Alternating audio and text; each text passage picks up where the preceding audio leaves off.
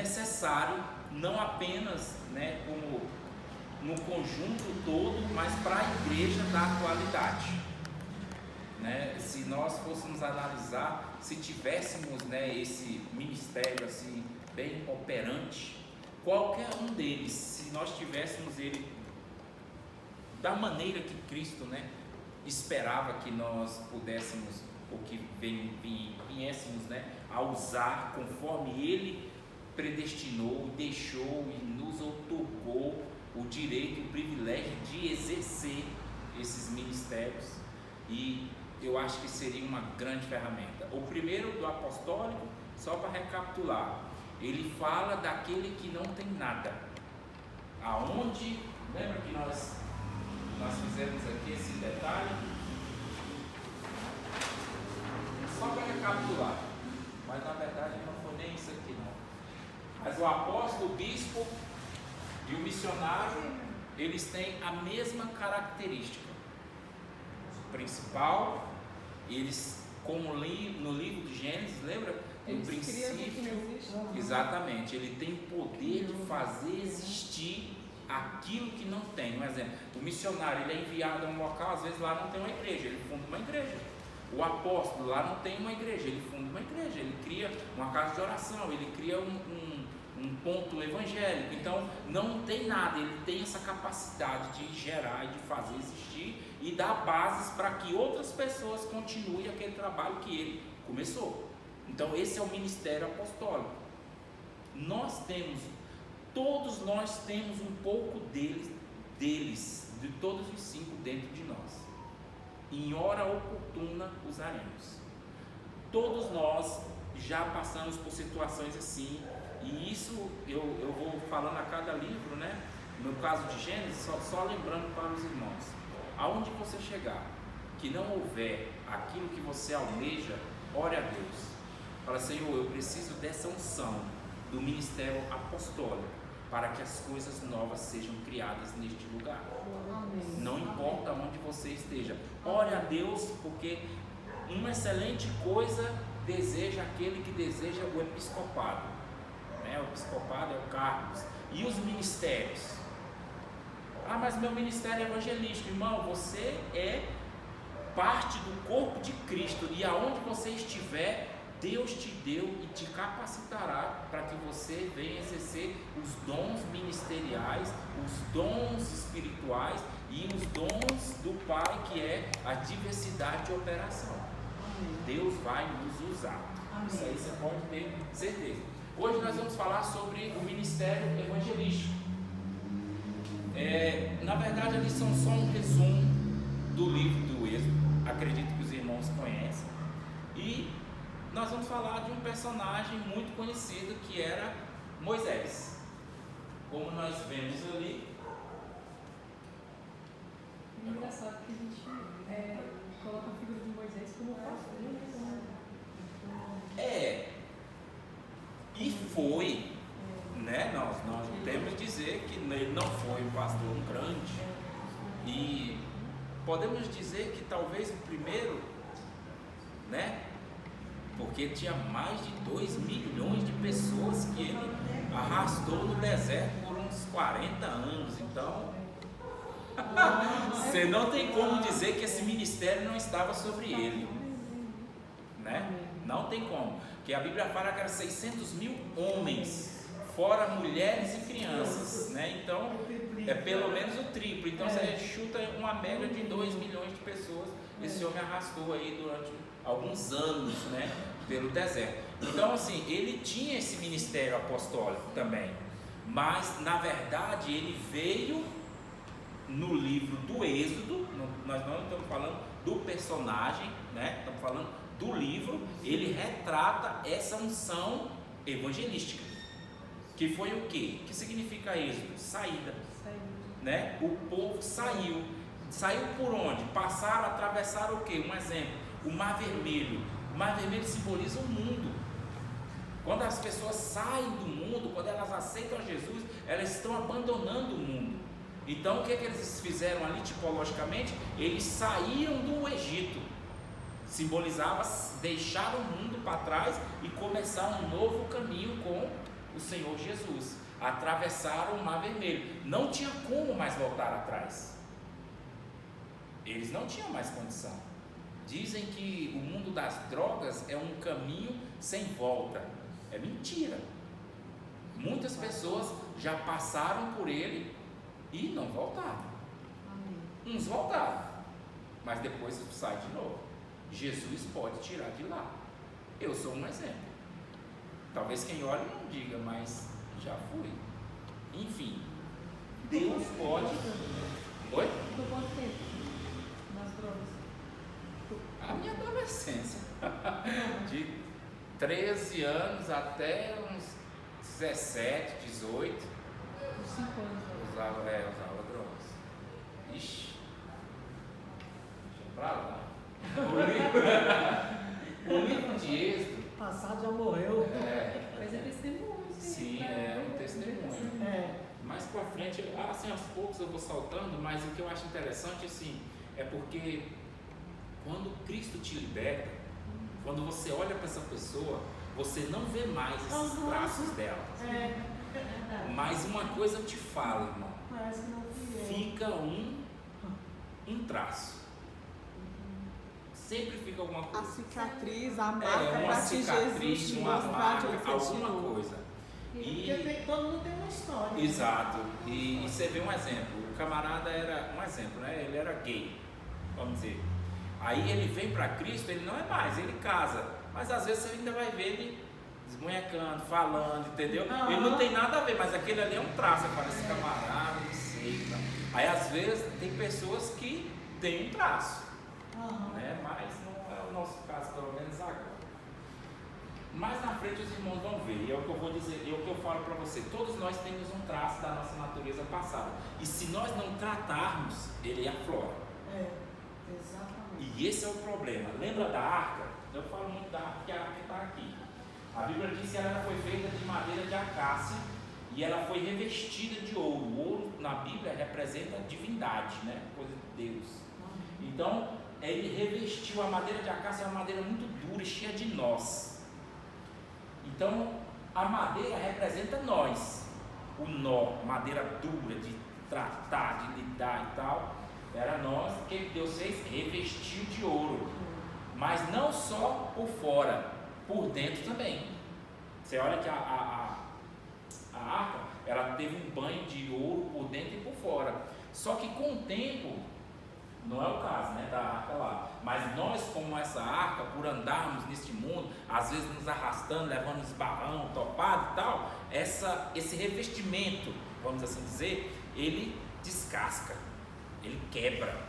É que nem um exemplo, lá na sua casa tem uma parede que você sabe que ela mofa.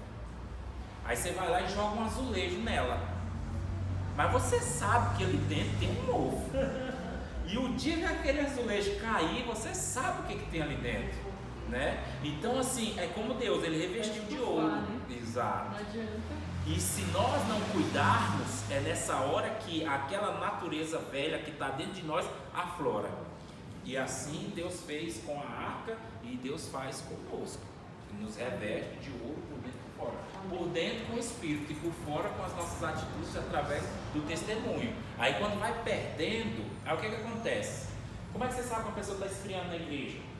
Ela vem para a igreja geralmente, não é o costume de muitos, mas da maioria. Ela começa a ficar no altar. Depois ela está no canto.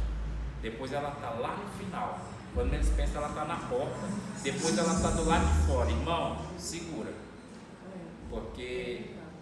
Ou então, às vezes, até senta aqui, Exato, né? Tem várias circunstâncias e situações para cada uma pessoa. Mas na maioria das vezes o espaço é mais ou menos esse. Vai cochilando, devagando, e vai indo. Quando menos pensa, está lá fora. Aí já vem para entrar, já não entra mais. Quando menos pensa, não sai de uma vez, é aos poucos. Lembra de Sansão? Sansão, quando ele perdeu, ele achou que aquela unção ainda estava com ele, que o Espírito ainda estava com ele. Por quê? Porque ele ainda fazia alguns prodígios, né? Ele ainda quebrava a corda, sinais. Ele ainda tinha alguns sinais. Só que o Espírito já tinha se afastado dele desde quando ele comeu daquele mel, que ele não poderia tocar no leão morto. Então ali ele já quebrou o voto dele. Mas o E aí ele tinha que fazer o quê para não perder a unção de Nazireu?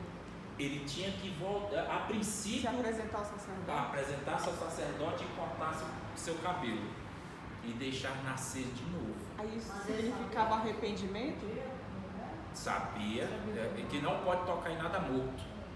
Né? O problema não foi o mel, o problema foi porque ele tocou no leão que estava morto. E no leão as abelhas fizeram um favo, né? Um cacho e tal. Então ele foi lá e comeu daquele mel, ele tocou naquilo que estava morto. Então nessa hora ele quebrou o pacto. O que aconteceu?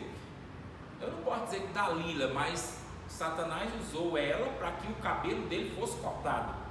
E quando a Bíblia diz que ele estava no meio lá do templo lá de Dagon, naquela cidade lá daquele povo dos filisteus, ele diz que a Bíblia fala que o cabelo dele crescia novamente. Enquanto ele estava sendo zombado naquele Quer uma meio. palavra para a Santa Ceia?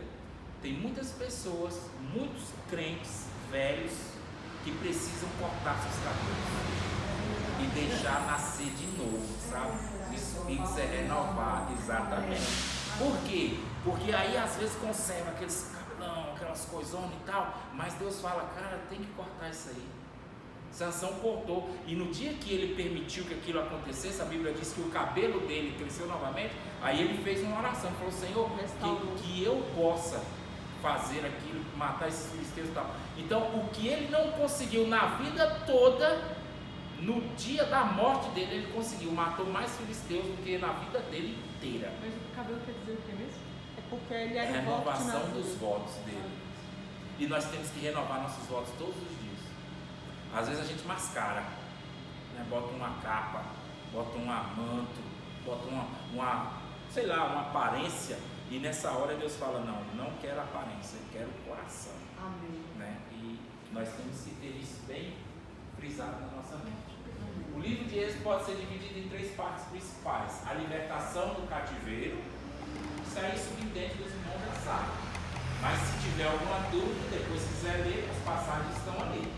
A peregrinação durante o deserto, do capítulo 13, do versículo 17 até o capítulo 18 e 27, e as revelações de Deus junto ao Monte Sinai, né, que Deus falava com Moisés de forma poderosa. Então, vamos começar então a nossa apropriação do livro.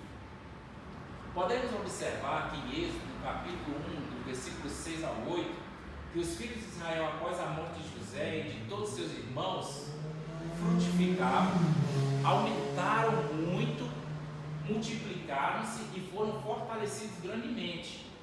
Entretanto, todas as qualidades não impediram a escravidão do povo. Por quê?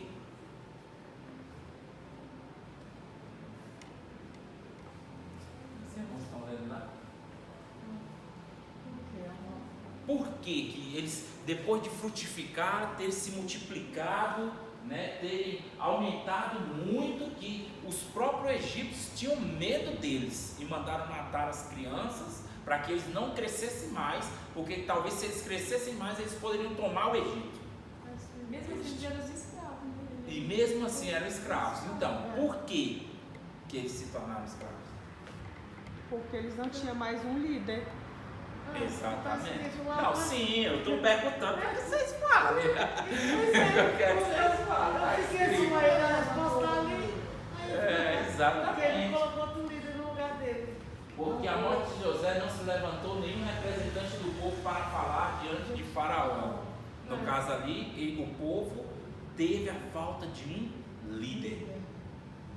E assim, é complicado falar sobre isso, talvez em números, e no caso do pastoral, que é Deuteronômio, nós vamos falar um pouco mais, que, um exemplo, Moisés foi um grande líder e deixou Josué como seu sucessor. Josué foi um grande líder, mas quem foi sucessor de Josué? Você vê que grandes homens de Deus tiveram grandes sucessores. Um exemplo, Elias teve Eliseu, Moisés teve Josué, Paulo teve alguns, entretanto Timóteo, né? E nós? Tito, Barnabé. E nós, irmãos?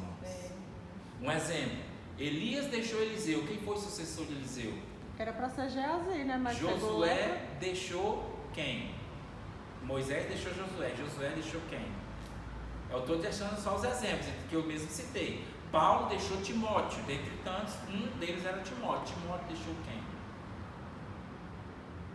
Um exemplo, seu líder deixou você, e você vai deixar quem? Amém. É o legado, né? Exatamente, Mas os é o discípulos- legado. Os discípulos, quando a gente faz um discípulo, essa conta volta para nós, né? Teoricamente, né? Mas, assim, é o que eu estou falando. Nós vamos falar um pouco mais para frente, em Números e Deuteronômio. Mas o que eu quero chamar a atenção é que você tem que se preocupar não apenas com você, Amém. entendeu? Porque Deus te chamou para multiplicar, dominar, Mas ele não pode frutificar. confundir de pregar. Antes para você, primeiro para mim, né? E depois para o outro. Você não pode passar aquilo que você não tem, é mais Você tem que difícil. fazer discípulos e sair escolhendo pessoas. Aí. Não necessariamente precisa escolher, porque a verdade é Deus envia. Um exemplo, Jeremias. Jeremias pregou no templo e fugiu. Baruque ouviu a voz dele. Aí falou: rapaz, aquele cara pregou no templo. 3 dias depois, Jeremias parou no deserto e falou: Senhor, olha, não me basta, eu não consigo mais e tal. Deus falou: não, eu vou colocar alguém, você volta que você vai continuar pregando a minha palavra. E ele falou: Senhor, envia alguém para mim, para me ajudar, porque esse trabalho é muito pesado para ir só. E aí ele foi no caminho, e quando ele estava voltando, Baruque ouviu a voz dele. 3 dias atrás, antes dele fazer a oração, Glória a Deus. Deus já tinha providenciado para ele. A Bíblia não diz que Jeová na Jireh. sua boca, antes de você Deus pedir, eu já sei. Aham. Então Deus já proveu para ele. Glórias. Lá na igreja, eu e o pastor Ed dirigindo a igreja. Eu era líder, o pastor Ed, meu co-pastor. Entende? E aí eu senti a necessidade de orar, pedir para Deus mandar um casal de pastores. E para que Deus levantasse também dizimistas. Aí fiquei em oração. Um dia o pastor Rogério chegou lá na igreja e sentou lá no fundo. E ele sentou ao lado da irmã Patrícia. E eu senti uma presença tão grande quando ele estava lá, que eu dei oportunidade para ele.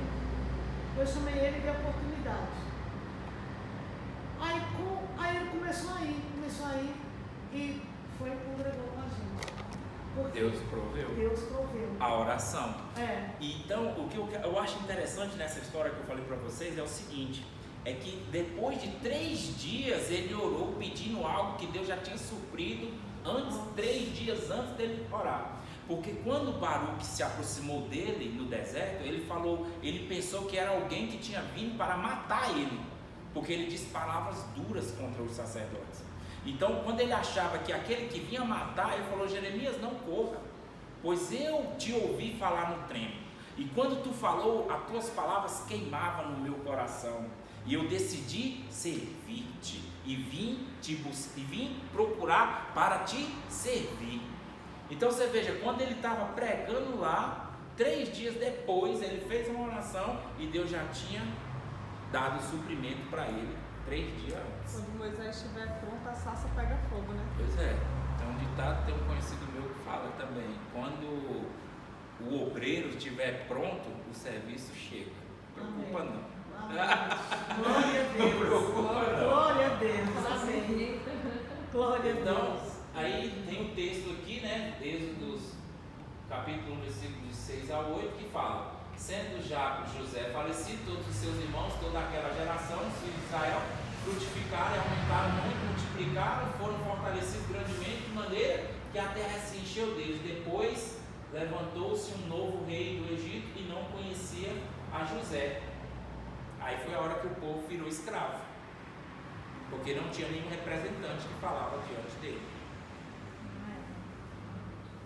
Neste livro nós encontramos a missão evangelística que liberta os homens da opressão do Egito. O Egito na Bíblia simboliza o mundo, espiritualmente falando. Toda vez que você Engraçado, vê... o Egito, quando Jesus morreu, mas guardou Jesus.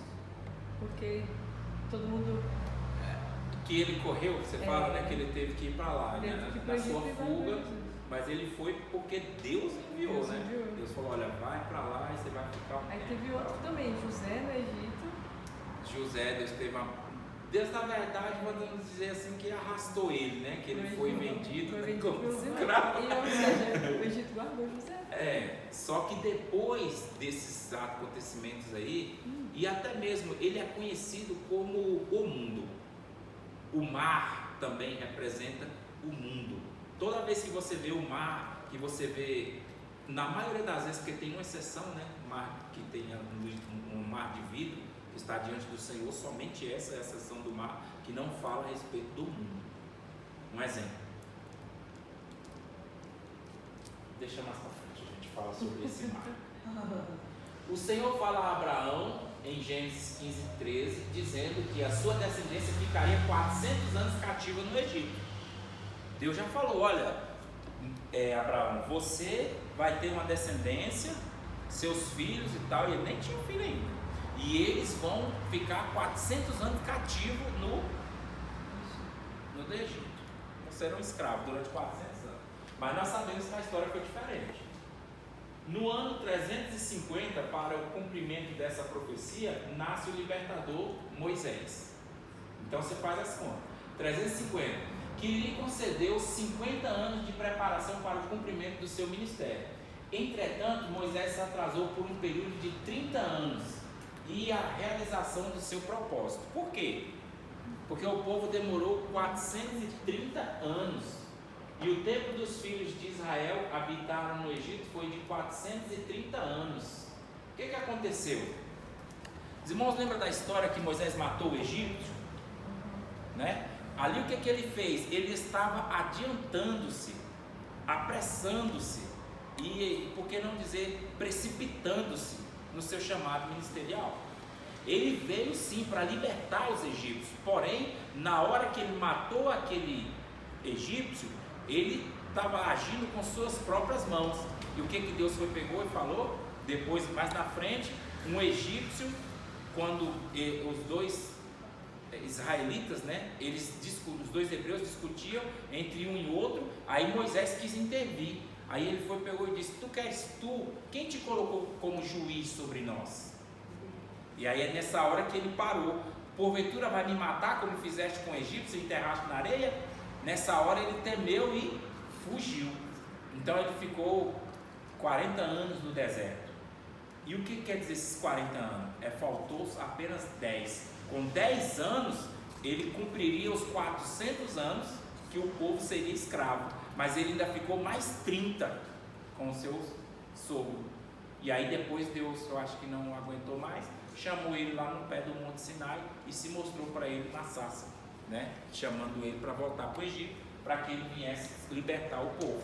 Então o evangelismo, o evangelho, ele tem essa unção de libertar, né? De ir até os cativos e libertar, quebrar as cadeias da escravidão, assim como aconteceu com o povo no Egito, assim também aquele que tem a unção evangelística também vai ter esse ministério. Irmão, eu só vou ter isso se eu tivesse a unção? Não sei, você pode pedir, Deus pode dar. Você está num projeto evangelístico, num projeto missionário, você está indo em algum lugar e você ora e Deus pode te ungir, Deus pode te dar, porque você faz parte do corpo dele. Amém. E até então, entre aspas, nós não sabemos qual é o nosso chamado e nem o nosso ministério. Então nós temos que ir, como é que eu posso dizer, atirando para todo lado, né? No ministério apostólico, no ministério profético, no ministério de ensino, no ministério pastoral, no ministério apostólico. Nós temos que estar na ativa, profetizando, e Deus faz conforme a vontade dele. A trajetória de Moisés, 40 anos no Egito, 40 anos em Midian. Observação, vai para o Egito libertar o povo de Israel com 80 anos, 430 anos da sua saída do povo, né? Nós sabemos, menos 80, 350 anos foi o tempo do nascimento de Moisés e a sua promessa. Moisés nasceu, se não falha a memória, no ano 1435, 1400 e alguma coisa assim. A observação, a sua formação acadêmica no Egito durou 40 anos. Moisés foi para Midian aprender com o sacerdote Jetro sobre Deus de Abraão. Lembra aquela história que eu falei para você a respeito dos patriarcas?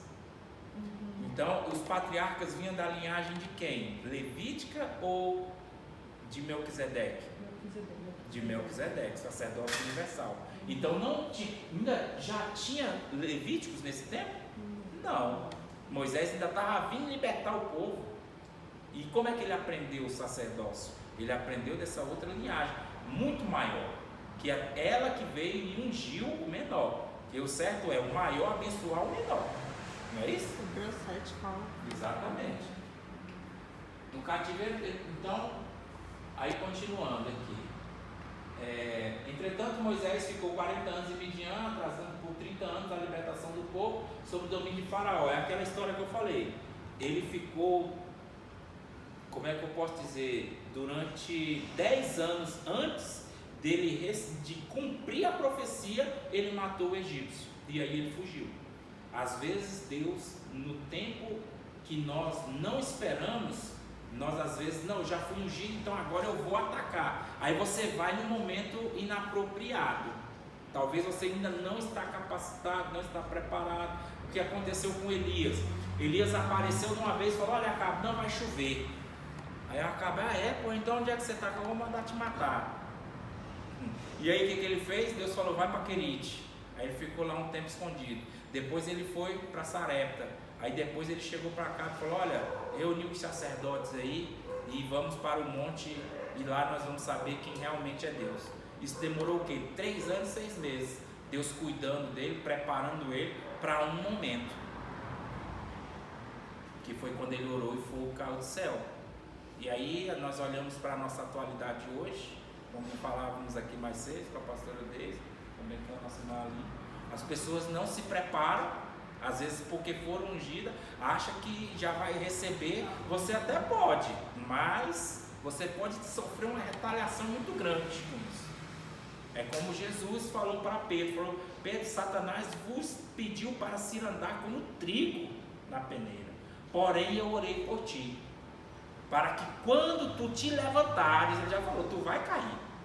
É alicerce, né? É fundamento. Bases, entendeu? Você tem que ter estrutura. Uma coisa que eu falava com uma pessoa que andava comigo, assim, eu trabalhei nesse JK aqui. Ele tem 26 andares a torre. São 26 andares a torre. Mas além da torre, são mais 6 andares, porque é o P1, P2 e o P3. Aí depois tem o G1, G2 e o G3. Aí depois é que começa a torre. Então quer dizer, é muito alto, né? Mas da mesma forma que você vê a altura do projeto, do prédio, você tem que olhar a base, a estrutura, para saber se ela é capaz de suportar o que vai ser colocado em cima dela. Eu vejo muitas pessoas com grandes projetos, coisas mirabolantes e tal. Eu não olho para o projeto. O projeto é coisa de arquiteto. Eu me preocupo com a fundação. Está fundado em quê? Aonde é que está a estrutura? Aonde é que está as bases? Aonde está a sustentação? Porque se não tiver, desmorona. Lembra lá de Mateus, quando fala que aquele que não ouve, né, as palavras, eu assemelhá-lo-ei a homem insensato que edificou a sua casa sobre a areia, desceu a chuva, correram os rios, sopraram os ventos, combateram aquela casa e foi grande a sua ruína. 1 Coríntios capítulo 3, versículo 11 diz que ninguém pode pôr um fundamento além do qual está posto, o qual é Cristo Jesus. E sobre este fundamento edificou edifício de ouro, prata e pedras preciosas. Quer dizer, obras, se for colocado em cima do fundamento, que é o próprio Cristo, vai subsistir. Pode vir a tempestade que for, ele vai crescer, ele vai romper. Agora, se for colocado em rudimentos, estatutos, leis, desígnios, vontades de homens, ele pode até subir, como a Torre de Babel, né? Começa aquela coisa, mas cai. Não precisa preocupar não, ela cai. Mas enfim, este acontecimento triste, os irmãos entenderam, né? Fundamentos. Então, quando aquele irmão que nem chegaram para a pastora Deise, olha, eu prego, eu canto, eu rodo e tal, irmão, não olha o projeto não, olha a estrutura. Você é de onde, irmão? Porque eu sou pastor. Você conhece a Bíblia, você já vai por aí, já vai olhar para as bases dele. Esse acontecimento triste na vida de Moisés nos ensina que podemos atrasar o nosso propósito, prolongando assim o sofrimento e o tempo do cativeiro daqueles que esperam por um libertador. Na maioria das vezes o libertador está separado do seu propósito ou por pequenas coisas. Não são as grandes coisas que nos separam de uma experiência com Deus, mas as pequenas. Por quê? Nós temos que, a Bíblia fala que nós temos que ter cuidado não é com as grandes raposas, e sim com as raposinhas, porque a gente acomoda, a gente deixa elas fazer o que quer, entendeu? Ah, isso é só uma raposinha, depois eu dou um bicudo nela, ela sai. Quando a espécie está um ninho de raposa e você não consegue nem se mexer mais, que nem a... Exato, a teia da aranha, ela vem, vai enrolando, enrolando. Chega uma hora que você não consegue romper mais, porque você se deixou, entendeu? Levar. Então as pequenas coisas é que nos proíbem. Se nós formos deixando de lado, não são as grandes coisas que destroem relacionamentos, são as pequenas. Não estou dizendo que uma pequena destrói o relacionamento, mas o acúmulo das pequenas se torna maior do que uma grande catástrofe. É que nem as moscas, né? Que falam. Muitas moscas, né? A fala em Eclesiastes fala, tem uma passagem que diz a respeito do odor da mosca no azeite, que tem que ser preservado o azeite, que nenhuma mosca pode tocar nela. Eclesiastes 10? É 10. Quer ver? Perfume. Exatamente. Abre aí para vocês terem uma noção. Mas, irmão, hoje você vai pregar e o tema da mensagem é esse aí. Eclesiastes capítulo 10, versículo 1. Você tem 2 horas para falar sobre esse tema. 2 horas, exatamente. Eu quero ver seu estudo.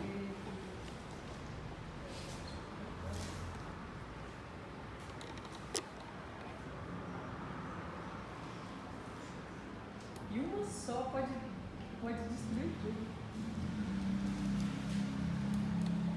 Qual é a tradução que vocês usam? Eu não sei, vou botar ao meio da... Eu tô aqui as moscas mortas. É. Com que o unguento do perfumista emita um mau cheiro. Assim um pouco de estultícia pesa mais do que a sabedoria e a honra. Pode começar.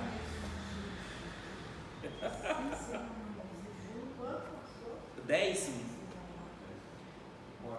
Olha no seu celular, Soninha, bem melhor. Pode. Como é que tá essa outra versão do 10, do 1?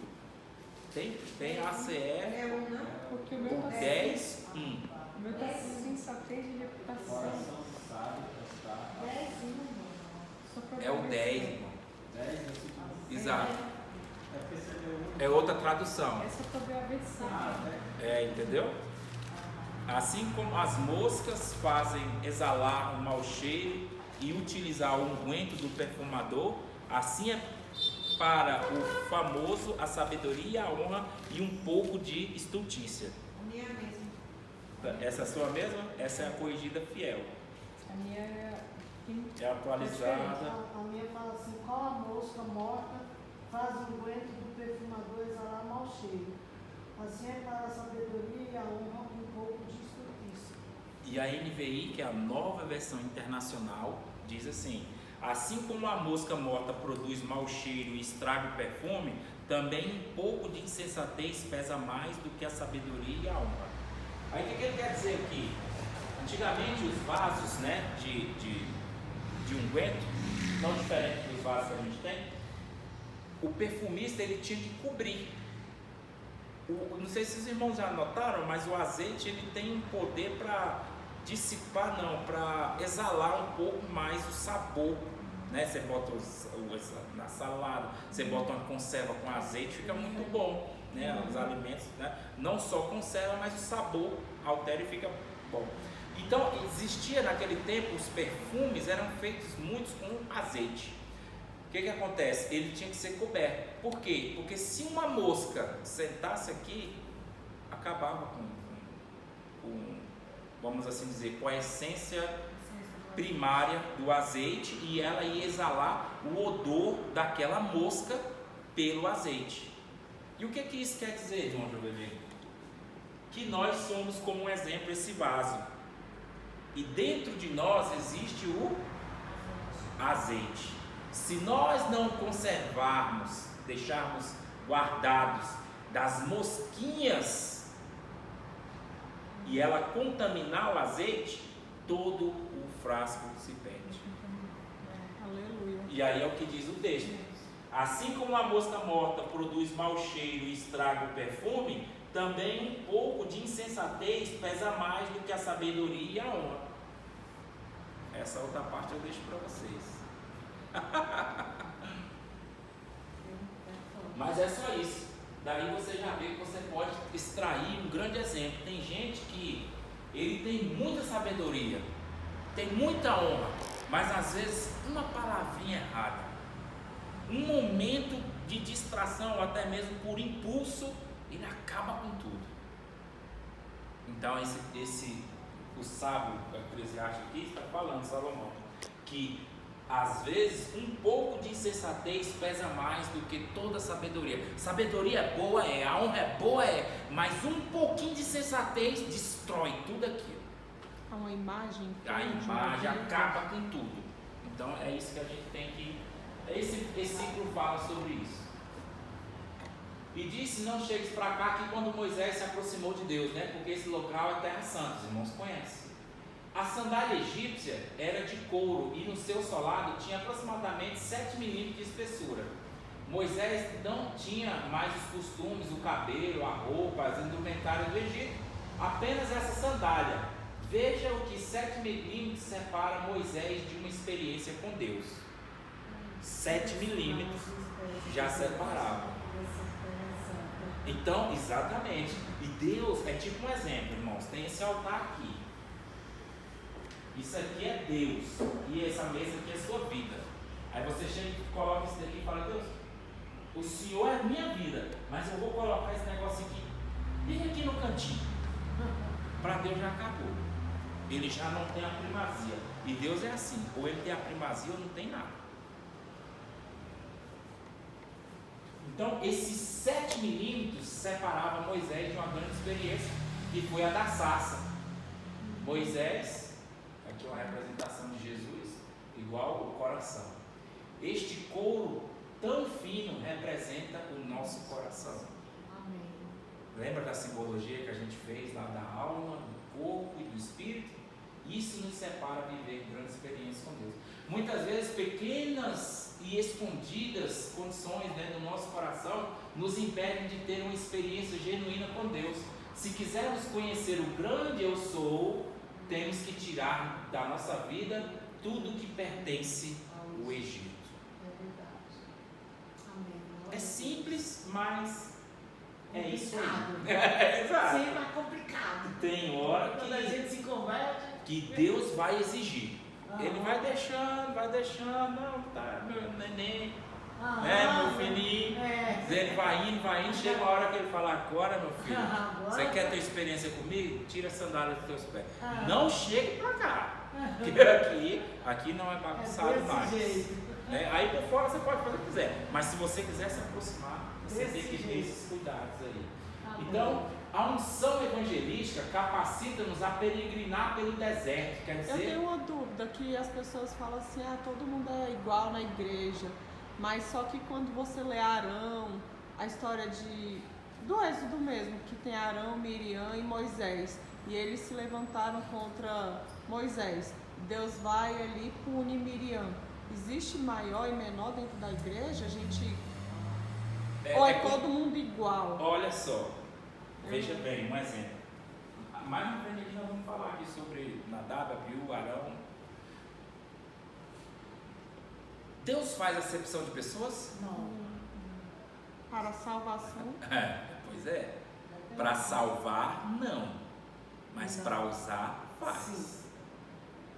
Então, querendo ou não, há uma Mas seleção. aí a pergunta tinha que ser diferente. Deus só faz acepção de pessoas para a salvação. Exato. É porque a gente só usa essa parte. Aham. E aí falta o entendimento. Aí a hora que você fala, não, Deus não faz acepção de pessoas para a salvação, irmão. Isso. Mas para usar ele faz. Sim, aí para usar. Deus poderia ter usado Matias no lugar de Eleição, Paulo. É aquela parte acho que da eleição, né? Também.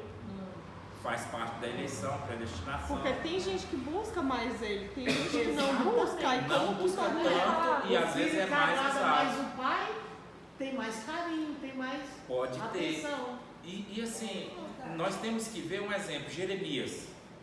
Antes de nascer, te separei para que tu fosse profeta em todas as nações. Cadê o direito do cara? Por que Deus não usou o pai dele? Não, vou usar você. João Batista, ele vai ser o precursor do meu caminho. Falou para Zacarias, olha Zacarias, por que Zacarias temeu quando ele estava dentro do lugar santo? O templo, irmãos, ele era dividido em 3 partes.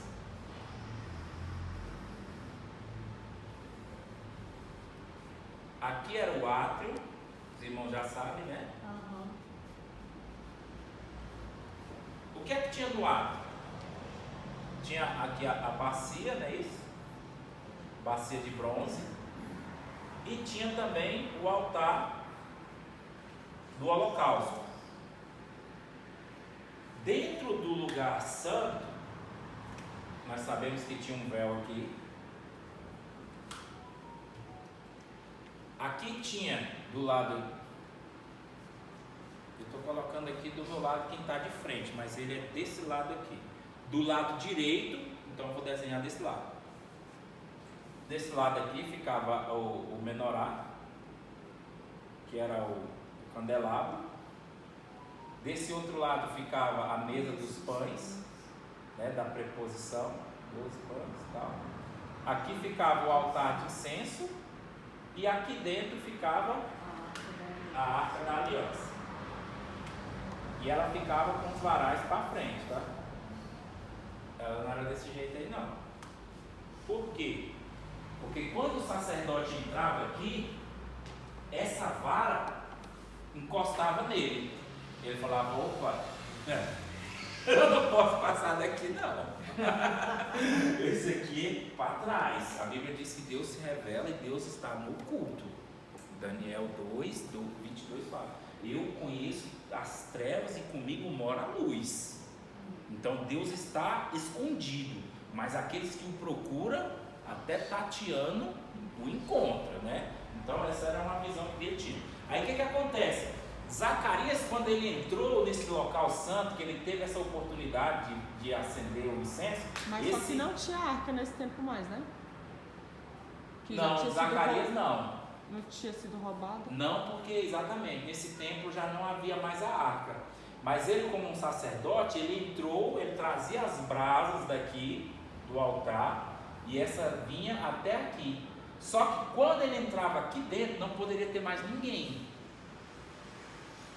E isso era feito em um turno onde os sacerdotes eram escolhidos. E tinha gente que morria e não tinha essa oportunidade de entrar dentro desse local para servir ao Senhor aqui, nem para apagar ou acender as lâmpadas, né, do menorá, que é o candelabro, e nem para trocar os pães da preposição. Espírita. Porque era um tipo um sorteio que fazia entre eles, e essas pessoas eram colocadas à disposição para servir lá dentro. Aqui do lado de fora existiam muitas coisas.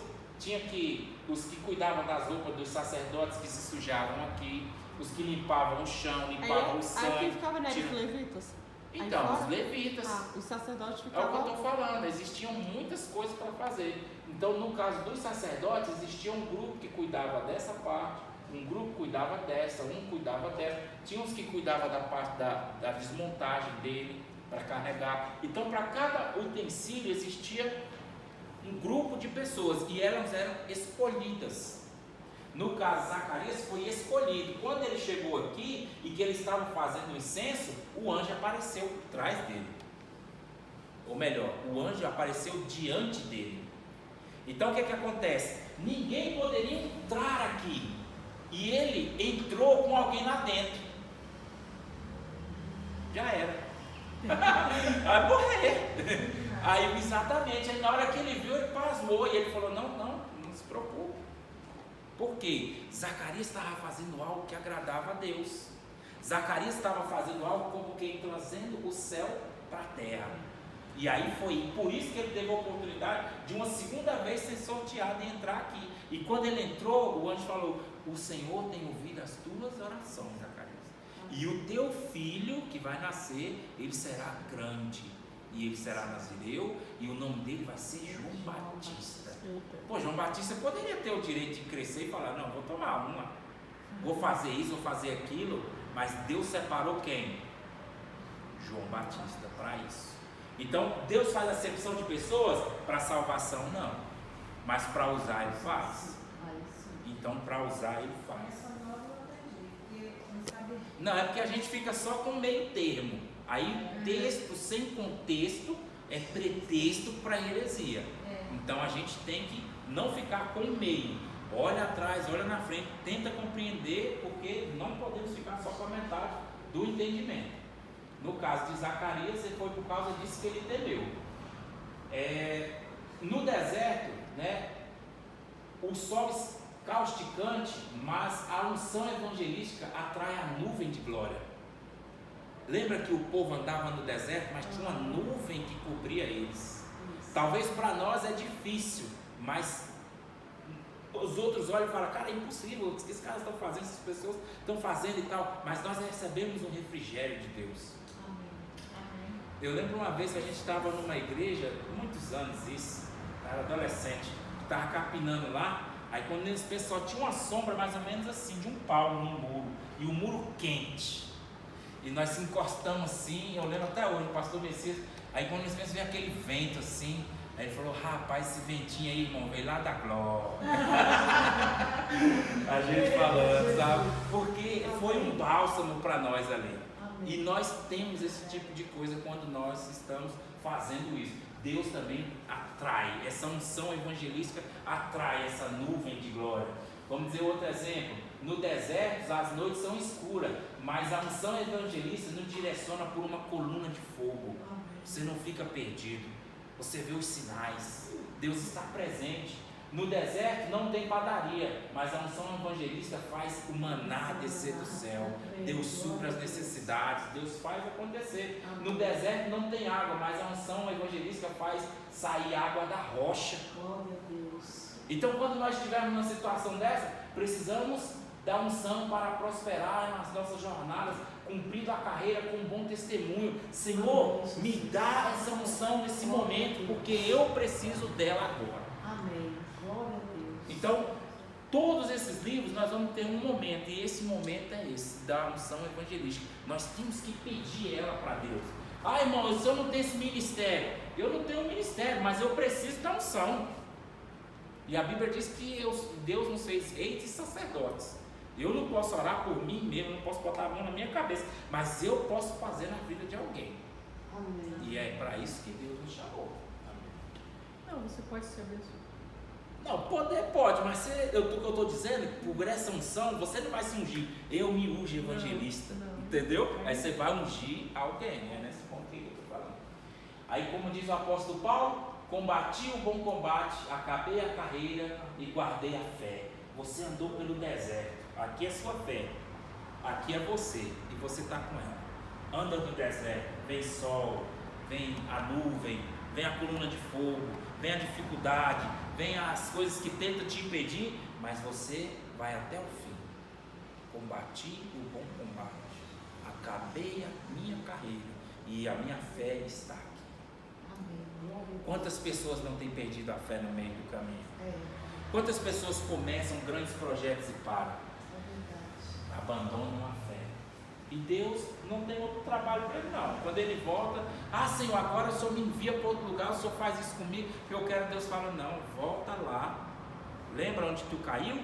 As tuas primeiras obras? Pois então, volta lá e começa de lá de novo. Aí depois... Se arrepende e começa de novo.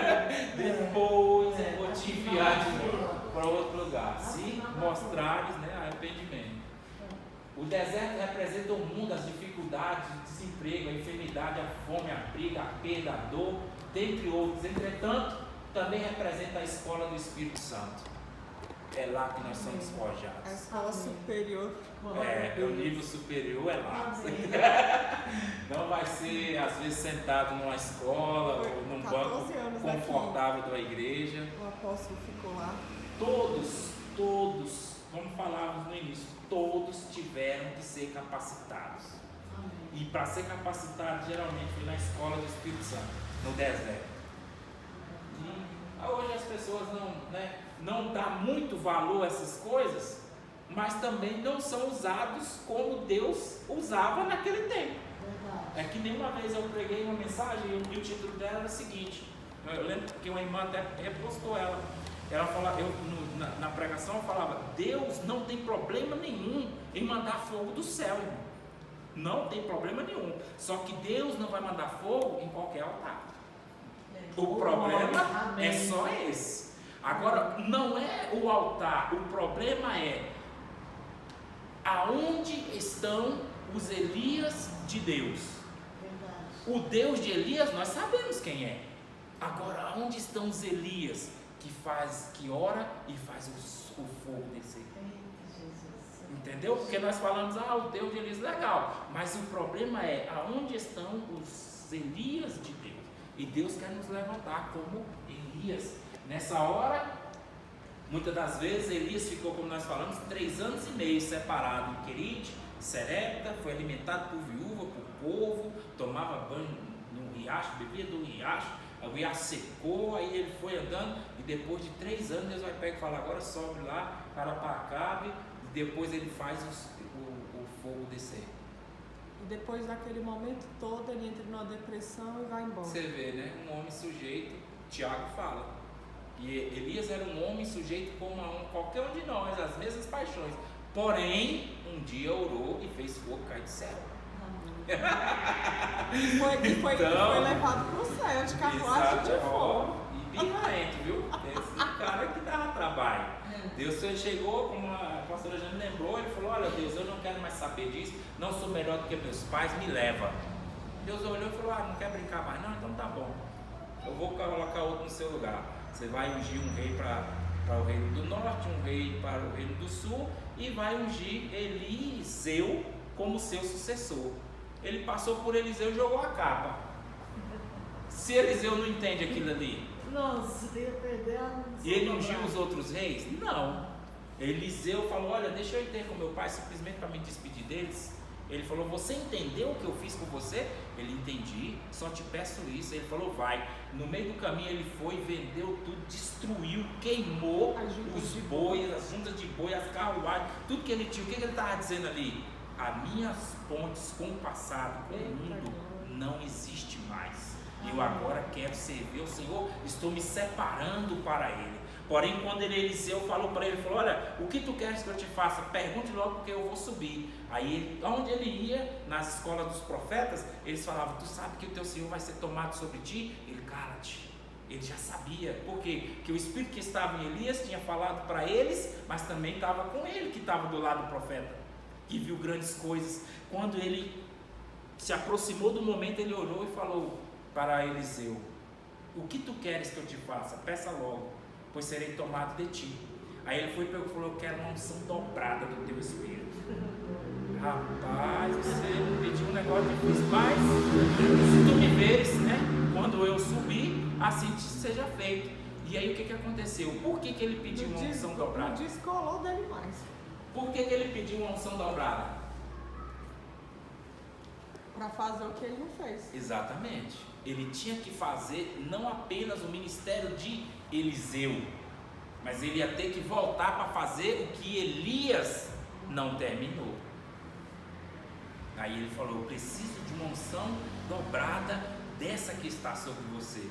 E na hora que ele subiu, ele gritou, Senhor, carruagem de fogo, leva o meu Senhor e tal. Aí a capa caiu. Quando ele pegou a capa tem história, viu, irmão? Tanto pro lado bom como pro lado ruim. Ele pegou a capa e bateu no Jordão. Aonde está o Deus de Elias? Eita Deus. E ali o rio se abriu. Quando ele chegou do outro lado, as pessoas, ele nem precisou dizer que Elias, o Deus de Elias estava com ele. Por quê? Porque o rio se abriu do mesmo jeito que se abriu quando Elias passou Os com ele. profetas ficaram vendo tudo, ainda queria procurar ele. Ainda é. E ele falou, não adianta procurar, mas se quiser ele pode ir. Enfim, entre o Egito e Canaã existe um deserto que na maioria das vezes é a nossa espera. Mas Desde... na espera, eu estava um dia desses orando ao Senhor. No momento da espera, Salmo 40. No momento da espera, você não tem que ficar parado.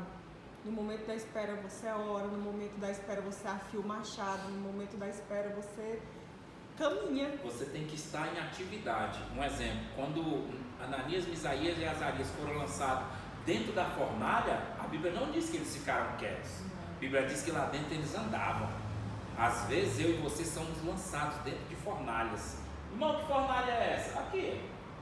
Enfermidade, fome, briga, perda, dores, dificuldades, desemprego, entre outros.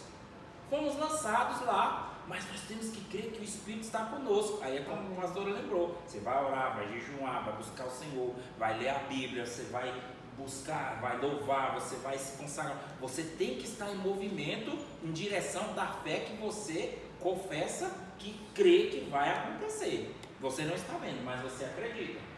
Desde o início do seu propósito, o Senhor colocou à disposição dos israelitas a 5 são dos dons ministeriais para eles cumprirem o seu desígnio de excelência.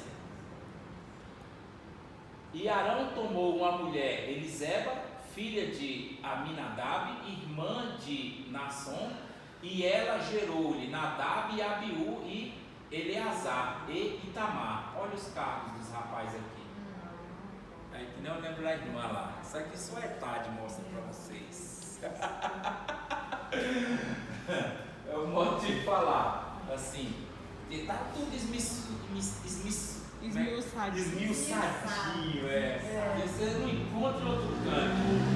Onde é que você ia simbolizar, ou vamos assim dizer, comparar Arão com um apóstolo? Era a unção que estava sobre ele, ele era o sumo sacerdote. Nadab, o filho dele, era o profeta. Abiú, o evangelista. Eleazar, um pastor. E Itamar era como um mestre.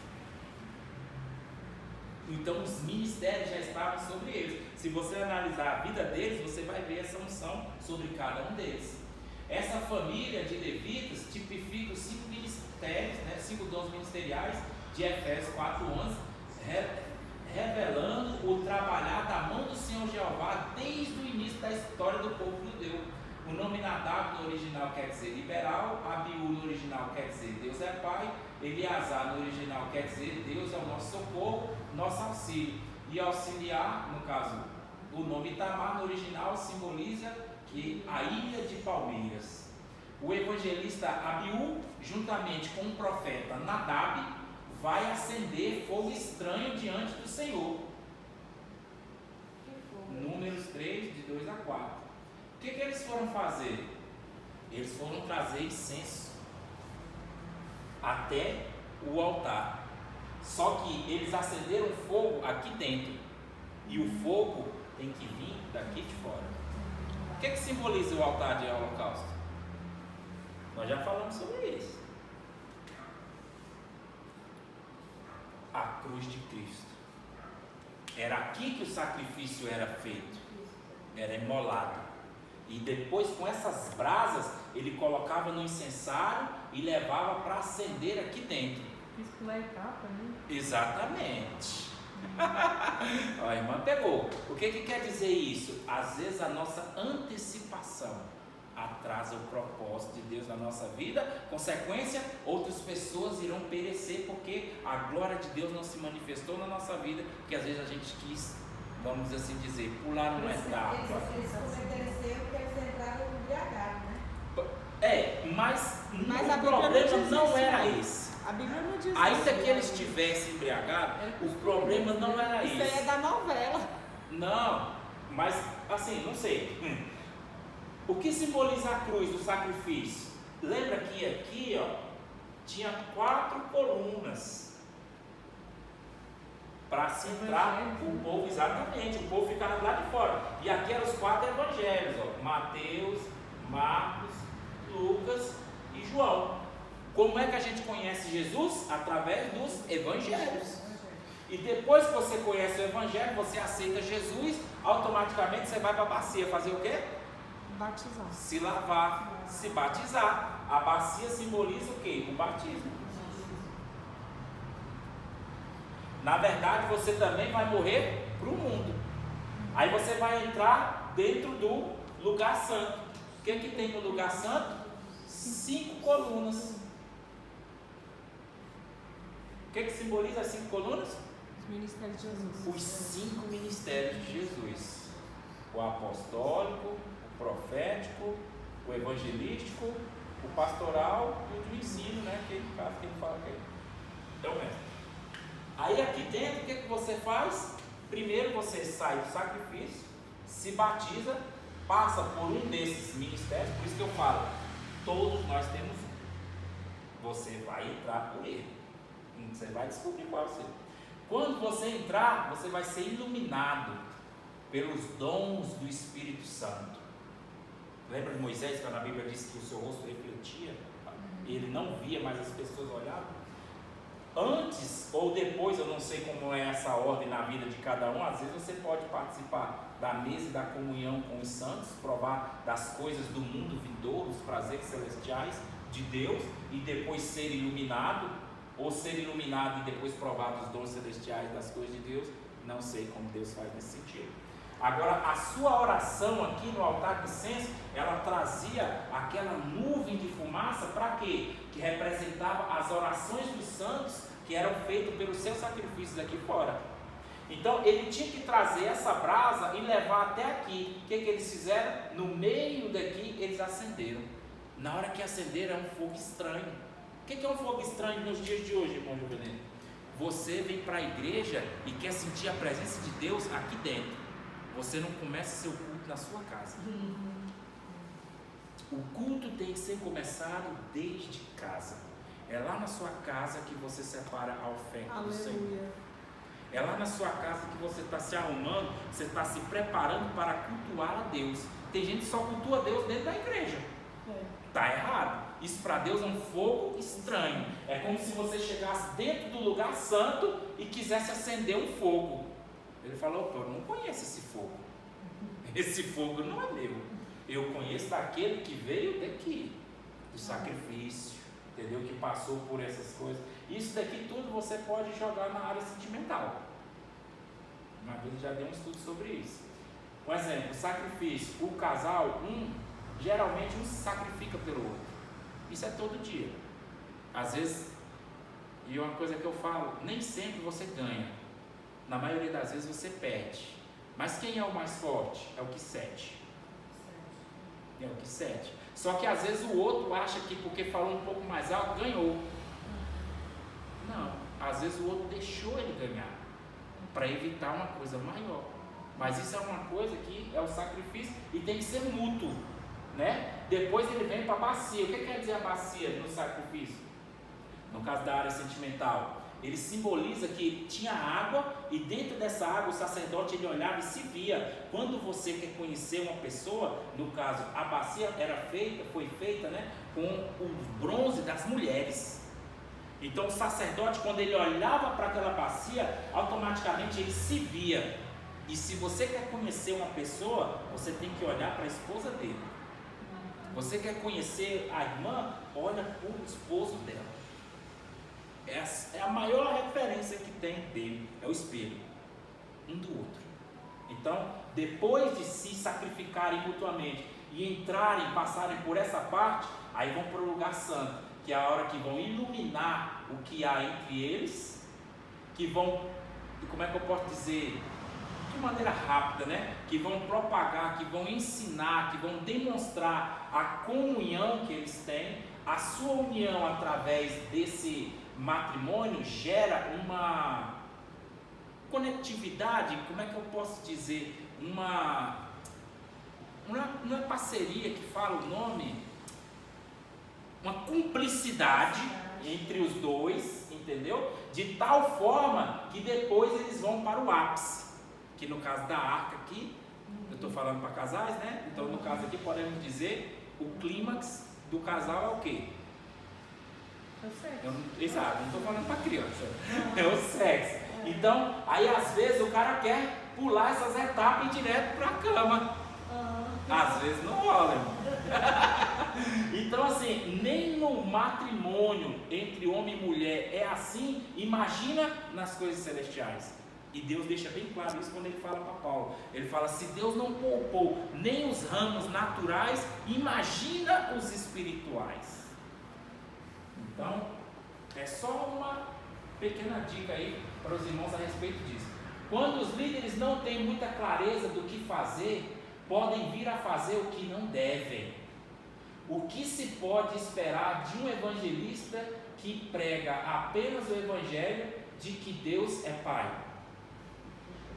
Deus é Pai, mas não salva, não cura, batiza, entendeu? Não restaura. Não, Deus é Pai. Os quatro evangelistas representam Jesus como? Aqui fala sobre os evangelhos, né? Mais na frente, quando nós vamos falar sobre o panorama do Novo Testamento, aí a gente vai entrar um pouco mais sobre isso. Jesus foi apresentado como rei no livro de Mateus. A Bíblia não fala assim, o evangelho de Jesus Cristo segundo Mateus. Então, na visão de Mateus, Mateus mostra Jesus como rei. O evangelho de Jesus segundo Marcos mostra Jesus como servo. O evangelho de Jesus segundo Lucas mostra Jesus como homem. E o evangelho de Jesus segundo João representa Jesus como Deus. Isso tem uma simbologia bem legal mais na frente. Amém. Em primeiro lugar, precisamos entender que Jesus é o Rei dos Reis e Senhor dos Senhores. Livro de Mateus. Em segundo lugar, precisamos saber que o mesmo rei não veio para ser servido, mas para servir. O servo, Marcos. Visão de Marcos. Terceiro lugar, precisamos saber que o mesmo se fazendo servo de todos procurava administrar as coisas do Pai como um homem perfeito, sem nenhuma mancha, sem nenhuma mácula, um homem de Deus. E em quarto lugar, precisamos entender que mesmo na forma de homem, ele era Deus. Tinha coisas, fazia as coisas que nós não entendemos.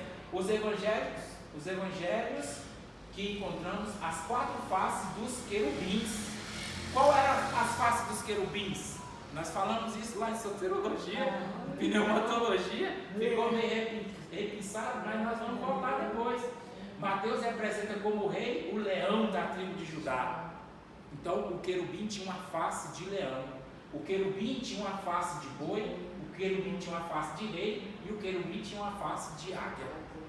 Os quatro ministérios, os quatro evangelhos representam as faces de Jesus, como rei, o leão da tribo de Judá, como servo, um boi, um sofredor, porque trabalha, né? Como homem perfeito, representava Jesus, com a face de ser humano e com o corpo de homem, e como João apresenta como uma águia, né? Que só andava nas alturas porque conhecia as coisas espirituais que nós não conhecemos, porque estamos aqui embaixo, só conhecemos as coisas isso naturais. É somado pra gente. Exatamente. A irmã está só adiantando os passos, mas está pegando. O homem segundo o coração de Deus é aquele que tem a mentalidade real de Mateus. Ele tem as mãos de servo, como Marcos. Ele administra como homem perfeito e como Lucas, porém sua visão é como de águia. Amém. Nós temos que ter tudo isso. Amém, Jesus. E isso é nos aperfeiçoado através de quê? Da unção do evangelista. Amém. Glória a Deus. Eu não vou falar isso aqui, não. Fala. A morte do evangelista Abiú e do profeta Nadab vai trazer um prejuízo muito grande para a nação de Israel, como veremos adiante. Imagina uma igreja sem profeta e sem evangelista. Como seria uma igreja dessa? A igreja sem profecia morre. O povo se corrompe, né? Sem a falta da profecia e Sem sem o evangelismo, almas. ela não cresce. Não cresce. Entendeu? Então, assim, é como aquela ideia do pedestal, como se fosse uma igreja, ela tem que ter os 5 ministérios. Se faltar um, ele já fica capenga. Se já morreu 2. Oh. Aí, virou Saci Pererê. E tem igreja que só tem pastor. Como é que cresce, irmão? Entendeu? Então, assim, a igreja precisa desses 5. Necessita. Na verdade, Jesus deixou para a igreja, né? Então, é basicamente isso aí. Aqui o próximo livro é o de Levítico. Aí nós vamos falar de Moshe. Moshe. Não sei se esses irmãos já ouviram, tem um cara que me faz rir demais. É a unção do mestre. Na nossa próxima lição. É Moshe Escodó, ele falava. Ai, meu Deus do céu. Cada coisa que a gente ouve nessa Agora, vida. pastor, eu tive um evangelista Sim. que ele ia para a rua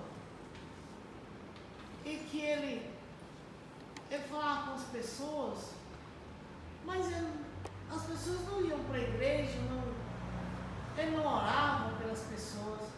Ele tem unção de evangelista? A gente julgar assim às vezes é complicado, mas veja bem, a unção, o que é unção? Unção é uma capacitação sobrenatural de Deus para nós fazermos algo que nós não conseguimos fazer sozinhos. Quando é que eu sei que você tem um chamado de Deus? É quando eu vejo que você não tem condições de fazer aquilo que Deus colocou em sua mão para fazer. Como é que eu sei que você tem um chamado de Deus? É quando eu vejo que você não tem condições de fazer aquilo que você está fazendo sozinho. Não tem quem faça a obra de Deus sozinho. Todo mundo precisa de alguém. Por quê? Porque o que Deus nos dá para fazer, nós não conseguimos fazer só. Nós precisamos de ajuda. E Deus move outras pessoas para nos ajudar. Como o exemplo de Jeremias, nós citamos, né? Tobias vem, e Baruque vem e ajuda ele. Jesus teve 12. Você vê, o ministério de Jesus já foi um pouco maior, né? Ele precisou de 12, não foi só de um. O irmão Francisco, ele falou assim, eu falei, irmão Francisco, o senhor está vindo lá na quarta-feira? Não, porque não tem ninguém para vir lá comigo. Eu falei, vem sozinho. Aí ele falou assim, não, pastora, pense. A palavra do Senhor nos ensina que tem que ir de 2 em 2. Eu, é mesmo. É mesmo, Jesus enviou Jesus enviou. Só que aí lá em casa. Depois você foi refletindo. Exatamente. Falei, mas eu vou para a igreja sozinha, eu vou orar sozinha. Eu vivo a maior parte do meu tempo espiritual só. A oração pode fazer sozinho. Mas aí eu não quis contestar com ele. Não. Aí eu coloquei no grupo quem é que pode vir orar com o irmão Francisco. Aí vejo o irmão Gabriel e o Marcos Miguel. Fizeram parceria com ele para vir. Aí na quarta-feira agora vai vir Samira, Gabriel e não sei quem mais falou que veio. E ele não vem para o estudo? Não está vindo para o estudo. Que é o mais importante. Pois é. Aí ele falou comigo que não veio para o estudo porque ele chega tarde. Tem dia que ele não pode vir, porque ele não quer chegar aqui atrasado.